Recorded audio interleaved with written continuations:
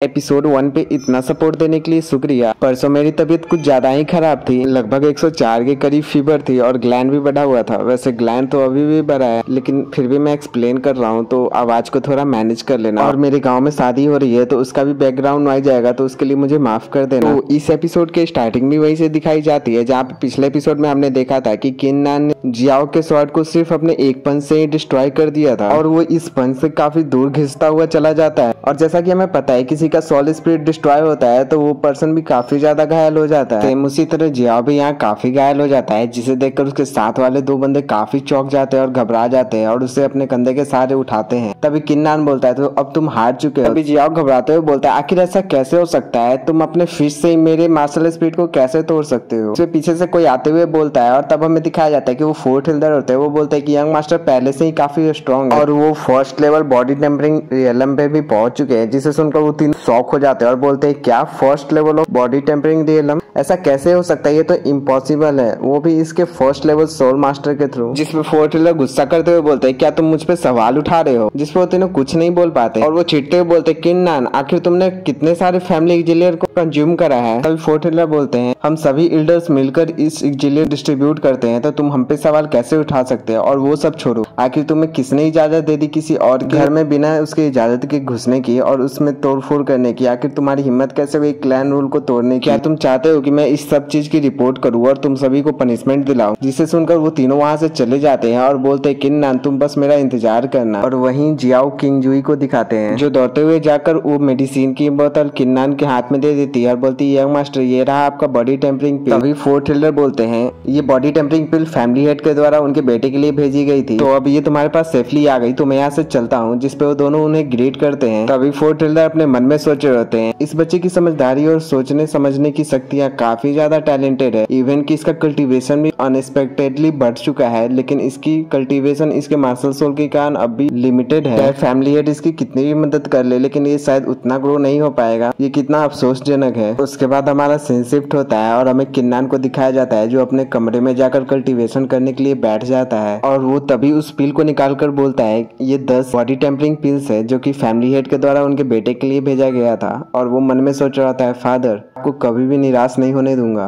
उसके बाद वो पिल निकालकर जैसे ही कंज्यूम करने जा रहा होता है तभी दिखाते कि उस पिल का जितना भी एनर्जी होता है वो उसके बॉडी के थ्रू बाहर ही एब्जॉर्ब हो जाता है, जिसे देखकर वो शॉक हो जाता है और दोबारा उस पिल को निकालता है, लेकिन उसकी भी एनर्जी एब्जॉर्ब हो जाती है। जिसे देखकर वो सोच रहा होता है क्या ऐसा हो सकता है ये गॉड ऑफ मार्शल सोल के द्वारा एब्जॉर्ब कर लिया गया हो, क्या सच में ऐसा हो सकता है, चलो देखते हैं। और उसके बाद वो गॉड ऑफ मार्शल सोल को बाहर निकालता है जहाँ पे गॉड ऑफ मार्शल सोल बाहर आ जाते हैं। उसके बाद किन्नान अपना एक पिल उन्हें एब्जॉर्ब करने को देता है जो कि वो तुरंत एब्जॉर्ब कर लेते हैं, जिसे देखकर किन्नान बोलता है तो चलो अब देखते हैं कि ये सोल कितने पिल को एब्जॉर्ब कर सकता है। और उसके बाद वो सभी पिल को निकालकर उनके सामने रख देता है। वो मार्शल सोल उन सभी पिल के एनर्जी को एब्जॉर्ब कर लेता है, जिससे कि उस मार्शल सोल का एक लेवल और अप हो जाता है जो कि नियरली इम्पॉसिबल था, क्योंकि हमें पहले बताया गया था कि कोई भी मार्शल स्पिरिट ऐसी नहीं होती जो कि बाद में उसका स्टार बढ़ाया जा सके। जिसे देखकर किन्नान भी शॉक हो जाता है और बोलता है क्या सच में ऐसा हो सकता है, ये 6 स्टार से 7 स्टार पे चला गया, तो क्या गॉड ऑफ मार्शल सोल का स्पिरिट इस तरह काम करता है जो कि हेवन एंड अर्थ के रूल को भी तोड़ रहा है। अगर ऐसा हुआ तो मेरे ताकतवर बनने का सपना जरूर पूरा हो जाएगा। तो क्या वो सभी बातें। और इतने पे ही हमारा सीन शिफ्ट हो जाता है और हमें किन्नान के घर के बाहर उसके फादर और उसके अंकल को दिखाया जाता है, जहाँ किन्नान के फादर बोल रहे होते हैं आखिर किन्नान को प्रैक्टिस करे कितना टाइम हो गया। इस पे उसके अंकल बोलते हैं लगभग 1 दिन और 1 रात। तभी उसके अंकल कुछ सोचते हुए बोलते हैं पैट्रिया जैसा कि इल्डर ने कहा था। तभी उसके फादर रोक देते हैं और बोलते हैं अभी नानर का बहुत डिफिकल्ट टाइम चल रहा है तो अभी उसे डिस्टर्ब नहीं करते, इसके बारे में हम बाद में बात करेंगे। जिसपे कि अंकल भी मान जाते हैं। तभी वहाँ पे किन्नान प्रैक्टिस करके बाहर आ जाता है और वो बोलता है फादर अंकल आप दोनों यहाँ। जिसपे उसके फादर ये देखकर शॉक हो जाते हैं और बोलते हैं नानर क्या तुम ब्रेक थ्रू कर चुके हो second real body quenching stage पे। जिसपे किन्नान बोलता है ये सब फादर के दिए हुए पिल्स के द्वारा हुआ है। तभी उसके अंकल सोच रहे होते हैं आखिर ऐसा कैसे हो सकता है, यंग मास्टर का मार्शल स्पिरिट तो सिर्फ फर्स्ट ग्रेड का था और इवन की कोई 5 ग्रेड टॉप मार्शल आर्ट वाला का भी कल्टीवेशन स्पीड इतनी टेरिफाइंग नहीं होती जितने की यंग मास्टर की है। तभी किन्नान बोलता है फादर आप दोनों आज अचानक यहाँ, जिसपे किन्नान के फादर बोलते हैं कि मैंने सुना कि मेरे बेटे को कोई बुली करने आया और उसके दरवाजे को भी तोड़ दिया, तो फादर होने के नाते मुझे तो यहाँ आना ही था। और हमें दिखाते हैं कि किन्नान के दरवाजे भी रिपेयर हो रहे होते हैं। तभी किन्नान बोलता है फादर आपको इन छोटी मोटी चीजों की टेंशन लेने की कोई जरूरत नहीं, मुझे कोई यूं ही बुली नहीं कर सकता। तभी दिखाते हैं कि उसके फादर बोलते हैं ये रहा थंडर स्वॉर्ड टेक्निक जो कि थंडर पेवेलियन से तुम्हारे फादर ने चूज कर तुम्हारे लिए सिलेक्ट की है, जिसे देखकर किन्नान भी काफी शौक था क्योंकि वो हाई ग्रेड की मार्शल आर्ट थी। तभी उसके अंकल भी उसे एक स्वॉर्ड देते हैं जो कि बोलते हैं ये एक थंडर स्वॉर्ड है जो कि तुम्हारे मार्शल आर्ट और स्पीड के साथ शूट करेगी। जिसपे उसके फादर बोलते हैं कुछ चीजें तुम्हें ही करनी पड़ेगी क्योंकि वुहान हर चीजों को रिप्रेजेंट नहीं कर सकता। और ये वुहान चैंगकोंग को ही बोल रहे होते हैं और बोलते हैं कि तुम्हारी कल्टीवेशन जिस स्पीड से बढ़ रही है काफी टेरिफाइंग है और मुझे आशा है कि तुम फ्यूचर में काफी स्ट्रॉन्ग बनोगे। तभी किन्नान बोलता है फादर क्या मैं आपसे एक चीज मांग सकता हूँ? मैं जानता हूँ कि इतने सब चीज के बाद मैं अपने मुंह कुछ ज्यादा खोल रहा हूँ, लेकिन मुझे इसकी जरूरत है। मुझे ढेर सारी पीस चाहिए, मुझे कम से कम 100 और हो सके तो कम से कम 500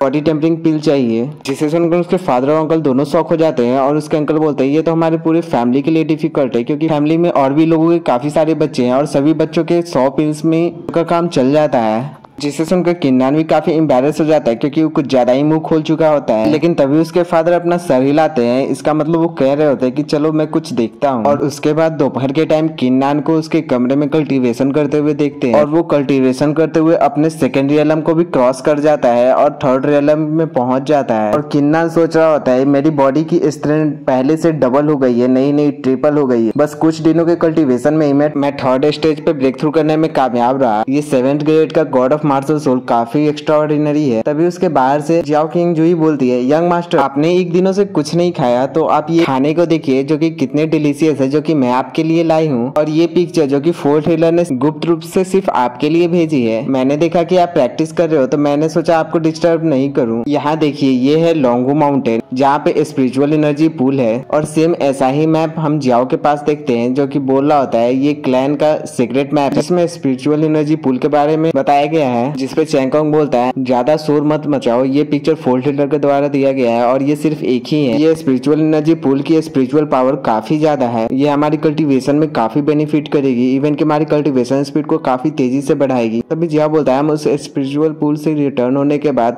किन्नान को तब तक मारूंगा जब तक उसके सारे दांत नहीं टूट जाते। तभी उसमें से एक पर्सन बोलता है ब्रदर चैंगकोंग क्या अभी ये करने वाले हैं? तभी जिया उसे धक्का देते हुए बोलता है क्या तुम पागल हो? ब्रदर चैंगकोंग ने 5th ग्रेड का मार्शल सोल को अवेक किया है तो उन्हें और भी बहुत बड़े काम होंगे। तभी चैंगकोंग भी बड़े तौर में स्माइल कर रहा होता है और बोलता है तो जल्दी करो अब तैयार हो जाओ और मुझे भी वो मैप दिखाओ। तभी चैंगकोंग के पास भी हमें एक मार्शल आर्ट दिखाया जाता है जो कि कोई नॉर्मल मार्शल आर्ट तो नहीं दिख रहा होता है। और इसी के साथ एपिसोड 3 यहीं पे समाप्त हो जाता है और एपिसोड 4 के स्टार्ट में हमें किन्नान और जियाओ किंग जुई को दिखाते हैं जो रात के टाइम उसी रास्ते से होकर जा रहे होते हैं जहाँ से चैंगकोंग ये सब गए थे। तभी किंग जुई डरते हुए बोलती है क्या इतने रात को हमारा निकलना सही रहेगा? जिसपे किन्नान बोलता है तुम तो ऐसे बात कर रही हो जैसे तुम्हें कुछ पता ही नहीं, क्या तुम्हें याद नहीं जब हम दोनों छोटे थे तो हम दोनों यहीं पे लुका छुपी खेला करते थे। तभी किंजुई को दिखाया जाता है जिससे कि वही टाइम याद आ जाता है वो दोनों खेल रहे होते हैं। तभी किंजुई उन भेड़ियों के बीच में फंस गई होती है और उनमें से एक भेड़िया उस पर अटैक कर देता है। किन्नान काफी घायल होने के बावजूद भी किंजुई को गोद में उठाकर वहाँ से भाग रहा होता है और किंजुई उसे देख रही होती है। मतलब किंजुई और किन्नान का रिश्ता सिर्फ यंग मास्टर का नहीं होता बल्कि वो दोनों काफी अच्छे दोस्त भी होते हैं, इवन की वो दोस्त से बढ़कर होते हैं। तभी किन्नान किंजुई के सर पे बड़े प्यार से हाथ फेरते हुए बोलता है तुम पागल लड़की, तब तो हम बच्चे थे ना, लेकिन अब तुम्हारा यंग मास्टर और भी ज्यादा पावरफुल हो गया है तो अब चिंता करने की कोई जरूरत नहीं। अब मैं उन ऊंचाइयों पे पहुंचूंगा जिसपे आज तक कोई नहीं पहुंचा और मेरी उन ऊंचाइयों का पहला कदम लोंगहू माउंटेन से होकर गुजरेगा। तभी किंग जुई बोलती है यंग मास्टर लेकिन आप जल्द वापस आना। उसके बाद हमारा सीन शिफ्ट होता है और पैलेस के अंदर का सीन दिखाया जाता है जहाँ पे किन्नान के फादर और अंकल के साथ वहाँ पे और भी एल्डर्स बैठे होते हैं। तभी उनमें से एक एल्डर बोलते हैं पैट्रियार्च फैमिली मीटिंग में तो अभी काफी टाइम है तो मुझे नहीं पता कि फैमिली हेड ने इतनी रात को हम सभी को यहाँ पे किस कारण से बुलाया। जिसपे पैट्रियार्च बोलते हैं सभी एल्डर्स को यहाँ बुलाने का एक कारण था, मैं फैमिली हेड होने के नाते आप सभी को एक ऑर्डर साइन करना चाहता हूँ। मैं चाहता हूँ कि आप 800 बॉडी टेम्परिंग पिल का बंदोबस्त करें किन्नान के प्रैक्टिस के लिए। जिसे सुनकर चैंगकोंग के फादर और बाकी सभी एल्डर्स शॉक हो जाते हैं क्योंकि 800 पिल्स काफी ज्यादा होते हैं। तभी उनमें से एक एल्डर बोलते हैं 800 बॉडी टेम्परिंग पिल में तो किन फैमिली के सभी मेंबर का 1 साल का कल्टीवेशन हो जाएगा। तभी पर वहाँ बैठे एक ग्रेट एल्डर गुस्सा होने लगते हैं और बोलते हैं फैमिली रूल्स, हाँ आप अपने पोजीशन का गलत फायदा उठा रहे हैं। किन्नान के पास फर्स्ट ग्रेड का मास्टर सोल है तो ये उसके लिए कुछ ज्यादा नहीं है। तभी किन्नान के फादर बोलते हैं अगर ग्रेट एल्डर को 800 पिल्स कुछ ज्यादा लग रहा तो मैं उसे कम कर 500 पिल्स कर देता हूँ। तभी वो ग्रेट एल्डर अपने लिमिट को क्रॉस करते हुए बोलते हैं तुम्हारे उस यूजलेस बेटे को पहले ही 10 बॉडी टेम्परिंग पिल देकर बहुत उपकार कर दिया है हमने, तो किनफू अब तुम अपने पोजीशन का ज्यादा फायदा मत उठाओ क्योंकि हम तुम्हारी बातों को नहीं मानने वाले, वो भी उस यूजलेस यंग मास्टर के लिए। तभी वहीं पे बैठे वो पहले एल्डर बोलते हैं अगर आपको ये चाहिए तो आपको पहले हमें कुछ सुटेबल रीजन बतानी होगी। तभी फोर्थ एल्डर वहाँ पे बोलते हैं यंग मास्टर काफी टैलेंटेड है लेकिन उनकी भी कल्टीवेशन लिमिटेड है तो आप एक बार और सोच लीजिए। तभी वहाँ पे फैमिली हेड बोलते हैं आज से करीब 2 साल पहले मैंने फैमिली माइन की रक्षा करते हुए फैंग फैमिली के इलाकों पे कब्जा किया था, तब हमारी रेवेन्यू 30% तक बढ़ गई थी। मैंने वहाँ से 5 मैजिक वेपन भी लाए लेकिन मैंने उसे अपने पास नहीं रखा, वो 5 मैजिक आइटम मैंने फैमिली के लिए छोड़ दिया, तो आज का फैमिली मेरे लिए इतना नहीं कर सकती। और मैं ये बात क्रेडिट लेने के इंटेंशन से नहीं बोल रहा, मैं इस पील को किन्नान को 500 कॉइन के डिस्काउंट पे देने का सोच रहा हूँ और मैं इस पील का प्राइस भी पे करूंगा। अभी ग्रेट एल्डर गुस्से में अपना ऑरा रिलीज करते हुए बोलते हैं